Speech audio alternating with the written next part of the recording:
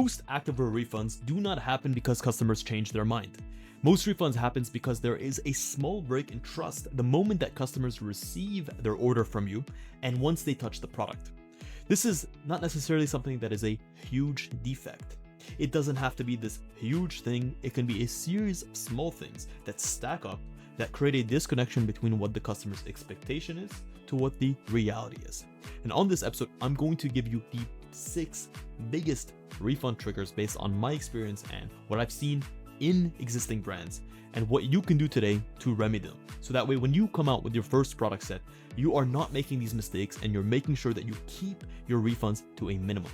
The last thing that we want to do is put an amazing product out in the world. And because you just haven't fine-tuned some of the key factors, end up with a bunch of product that's returned back to you that you can't use and ultimately chargebacks that you don't want to have to handle. So without further ado, let's get right into it. My name is Shadi. I'm the co-founder and creative director of FittDesign, the world's first sportswear design agency.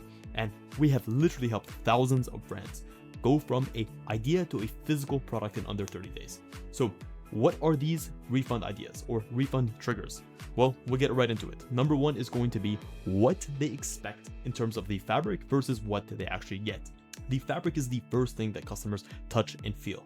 And if the fabric comes back for any time, right, and the hand feel doesn't match their expectation, what happens here is that customers feel cheated, especially if they're expecting something and it comes back different. Some key factors that you need to look into are if the leggings feel or the fabric feels slightly thinner than expected, which could be an indication of cheapness, or if the fabric feels slightly crisper or sharper or more rough than expected, or if the fabric feels overly shiny or feels like cheap plastic, or if the brushed fabric immediately peels the second that they take it out of the bag and ultimately they feel like they are not going to have a fully durable experience. So what is one thing that you can do? Well, you can create one simple fabric promise that's built around one core ideology. Let's just say that you're building it around being soft, compressive, and second skill not feeling. Make sure that that is what comes out of the way. Because if a customer is ordering a product knowing wholeheartedly what they're expecting and you deliver on that promise, even if other things don't match up their expectations, that's not what you promised. So the issue with refunds is that there's a gap between expectation and reality. So you want to set the expectation up front through your website, through your marketing, and through your copy. Refund trigger number 2 is going to be opacity or sheerness. This is a big no-no, especially for activewear that's catered towards a female-focused market, and especially a market in which the garment is quite fitted and it's going to be used in public spaces. Case in point is going to be a legging. When someone feels exposed, they ultimately feel like they cannot trust or rely on that product. And if you are consistently worrying if other people are being able to see through the fabric of your product, then this is not going to be something that's going to give people the confidence and they're most likely going to return it. So why this sheerness happens? Well, number 1 is pretty much that the fabric weight that you've used is too little, so with any form of stretch, it ends up shearing. Or if you pick the wrong color choices, which is why we typically do not recommend light colored garments for high stretch, high compression, seamless activewear garments, even though they look great, but as soon as they're put to the test, we really can't do much to overcome that sheerness issue. Or if they're overstretched due to you not knowing how to size your garments correctly because you don't have a proper sizing chart. Or lastly, if there's not enough opacity control in the knit construction itself. So if you've opted for a single jersey knit for a high compression garment that should have been an interlock knit that is a doubled up knit, that's going to be your mistake from your side.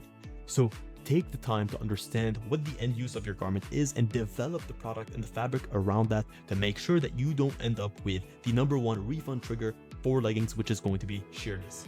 Refund trigger number 3 is going to be what we call the waistband betrayal.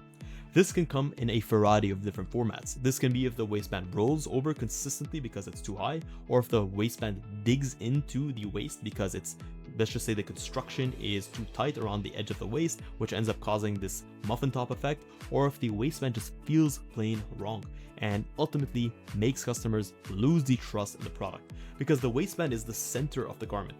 It is where the legs and the rest of the garment hang off of. So if the waistband isn't stable, it doesn't give the customers the confidence that they need to wear that garment, they're going to return it. So some common issues that I typically tend to see is if the waistband height doesn't match to the fabric compression.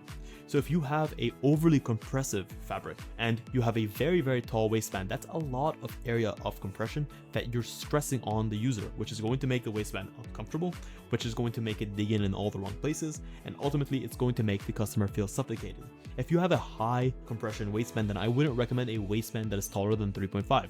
If you want subtle tummy control, then you want to go for a slightly softer fabric that compresses but doesn't overly suffocate. So you need to understand what the end use of the garment is and design appropriately. At the same time, you need to design your waistband identity correctly. Are you looking for a locked-in compressive fit, or are you looking for a soft and subtly flexible fit? And you need to make sure that the construction of the waistband is done correctly. A lot of people use basic waistband construction, which means that they have a waistband and they design it as a rectangle. The issue is that most garments or most people are not shaped like a rectangle. They might have wider hips and a thinner waist.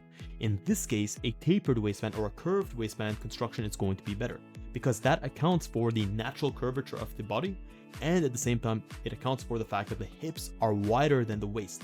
So when someone puts on the garment, they get the right amount of compression on the waist and on the actual hip portion. Refund trigger number 4 is going to be poor quality stitching or just hemline finishing in general. The easiest thing and the easiest way to tell if a garment is constructed poorly is to look at the stitching quality. If you end up seeing over waviness in the flat lock seaming, or if you end up seeing an excess of fraying on the actual yarns that are used for the stitching, or if you end up seeing unfinished seams or hemlines where when you turn them upside down, the fabric is fraying on the inside because it's not overlocked correctly. These are all indications of a poor quality garment. And if the garment main stress points are not properly stitched down, then customers are not going to have the trust that this garment is going to be worth their money and ultimately hold up with their requirements over time. So some common culprits that we don't want to see are visible seams that ripple or wave specifically, which could be an indication of just poor finishing on the inside. We don't want to see top stitching that looks inconsistent because of lack of machine calibration, or some stitches that are loose and some stitches that are tight that end up causing puckering where the fabric sort of starts to compress in on itself in some parts. We don't want to see threading that looks different than the main body color. If you have pink colored leggings and your threading has this like dirty, dusty pink because it's not being color matched correctly and it's not your intent, then this is also a big no-no. You also don't want to have overly loose threads on key areas like the waist, the hemline, and the inseam, because if a fabric unravels, then chances are the entire garment is going to unravel. Refund trigger number 5 is going to be fit drift in different areas of the garment, or if the sizes feels random. This comes down to the fact that you don't have a proper sizing chart, and we've done another video in the past that I'm going to link above where we've taken you through how to properly curate your sizes. If your fit chart is not properly worked out for the type of fabric that you're in, then customers could order a size small with your hoodie, but order a size small with your leggings and they fit completely different. This is because you're not properly curating the fit according to the fabric, the fit intention, the silhouette, the gender, and the stress points. Also, you want to make sure that between the same garments, so if you have a garment that is a legging and the waist fits correctly, but the thigh doesn't fit correctly and the knee doesn't fit correctly, this could also be an indication of fit drift, where you're using specific logic on different parts of the garment, but you're not nailing down the fits on the other parts of the garment. So make sure your base size is always locked in to begin with and build from there. Some common causes of fit drift or incorrect sizing can be if the band or the brand never defined the fit exactly. If you look at Lululemon, you can be very sure that a size small of the Align pant will be very, very similar to a size small in one of their other leggings. If your sizing chart exists but doesn't match the real fit, so you're using generic measurements from Nike or Gymshark and you're passing them off as your own without actually field testing your fits. If your grading jumps are too aggressive for the specific type of fabric that you're using. So if you're using a stretch fabric but you're grading as if you're using a woven fabric with zero stretch, then this is a big no-no. You're going to end up with the right measurement on a size small but incorrect measurements on size XL. And if your compression level is not properly communicated, if you have a high compression garment but you don't communicate that to customers who are not expecting that kind of or that level of compression, that is going to be a big no-no. Last but not least is refund trigger number 6, which is what happens after they wash the garment for the first time. This is really where a lot of the materials, the stitching, the prints that you have implemented into your garment get put to real world use. Because if you have a garment that comes straight out of the product sleeve and it looks great, but as soon as the customer puts it through its test, the print starts to peel, the heat transfer on the inside starts to come off, the fabric starts to ball up or pill, as we say, the fabric or the stitching starts to fray, the color starts to disintegrate or starts to wash off. All of these things are an indication for customers of what's going to happen, whether if they wear it another 2, 3, 4, 10 times. If you look at the best brands that are able to charge the highest prices, customers know that they can confidently wash its garments year in and year out. Some people with Lululemon tend to say that some of their early 2010 garments still last them today. That's how well they were constructed. And if anything, that was seen as a detriment to Lululemon because of how well the garments were constructed, that customers were not buying others. So you need to make sure that the fabrics that you're using are appropriate for the level of activity that you're using. If you have a high performance garment that's going to be used on AstroTurf or it's going to be used in the gym, try to avoid overly soft legging fabrics that are easy to pill, because you know that customers are going to put their garments through the uses and they're going to put these garments through heavy wash cycles, and you'd want garments to actually come out of that wash cycle on the other side feeling and looking as good as they did the second they brought them out of the product sleeve. You want to make sure that the printing techniques and the types of logos that are used match the stress levels of the garments that they're being printed on. If you have a high stretch garment but you're using an embroidery machine on the garment, then chances are you're going to puncture the fabric and it's not going to look good. So making sure that there's alignment with how the garment is actually going to be used in the real world, and that the first time that customers wash the garment, it looks just as good as new, is going to be key. If you want to learn how to build the perfect product that customers love and they never return, then you can check the link in the description to apply to work with us one-on-one, where we can help you take your idea and turn it into a physical product in under 30 days. And we can get you a quotation on what it would take to make that happen in under 12 hours or less.